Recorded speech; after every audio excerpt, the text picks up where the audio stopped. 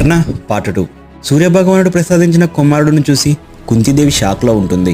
పెళ్లి కాకుండా ఒక కుమారుడు ఉన్నాడు అంటే అందరూ ఏమనుకుంటారో అని ఇష్టం లేకున్నా అక్కడే ఉన్న ఒక చెక్క పెట్టెలో సూర్యభగవానుడు ప్రసాదించిన బిడ్డను పెట్టి నది ప్రవాహంలో వదిలేస్తుంది.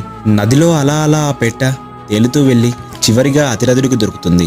పిల్లలు లేకపోవడంతో దేవుడే ఈ పిల్లవాడును ఇచ్చాడని అతిరథుడు ఆ పిల్లవాడిని తీసుకువెళ్ళి తన భార్య అయిన రాధకిస్తాడు. వాళ్ళిద్దరూ కర్ణాని సంత బిడ్డలా చూసుకుంటారు.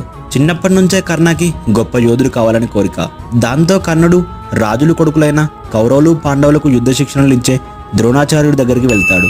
అయితే ద్రోణాచార్యుడు కర్ణుడు ఒక రాజకుమారుడు కాకపోవడంతో యుద్ధ విద్యను నేర్పించడానికి ఒప్పుకోడు. దాంతో కర్ణ పరశురాముడి దగ్గరికి వెళ్తాడు.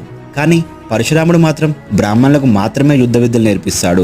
అది తెలుసుకున్న కర్ణ అతను కూడా ఒక బ్రాహ్మణులాగా పరశురాముడి దగ్గరికి వెళ్ళి యుద్ధ విద్యలు నేర్చుకోవడం స్టార్ట్ చేస్తాడు. ఆ తర్వాత ఏం జరిగిందో తెలుసుకోవాలంటే వీడియోని లైక్ చేసి